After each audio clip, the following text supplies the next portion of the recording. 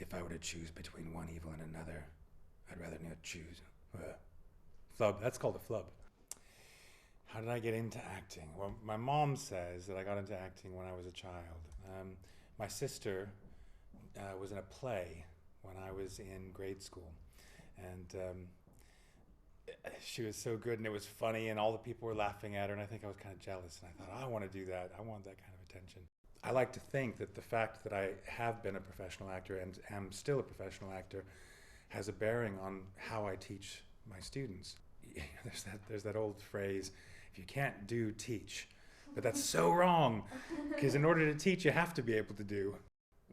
One of the things I think I was proudest of, I was in a play up at Duke's Theatre Lancaster, a Lanford Wilson play called Burn This. And fantastic little play. I played Larry, who's the gay roommate of the main character in the play. The reason I was interested in playing a gay character, being a straight man, is because what I was interested in is finding the truth, whatever that meant for Larry.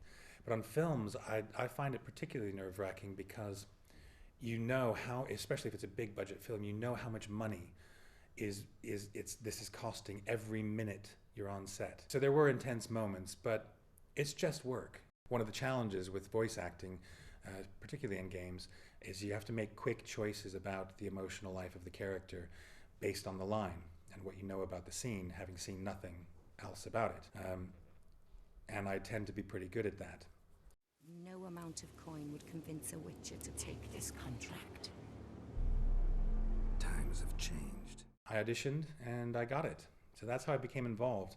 But Witcher 1 was just any other game, really. It wasn't a CD Projekt, it was their first big game and they were really hoping it would make a big splash for them. And it did, but they didn't know that it would. So they were, for them it was a big gamble. Something you say in the video games for us. What would you like me to say? If I am to choose between one evil and another, I'd rather not choose at all. If I were to choose between one evil and another, I'd rather not choose at all. The fundamentals of acting are the same, whatever you're doing. It's inhabiting a character and finding the truth of that. Truth is completely subjective, so it's the truth within the context of the character that you're playing and the world that they live in. On film, you have to pull everything right back.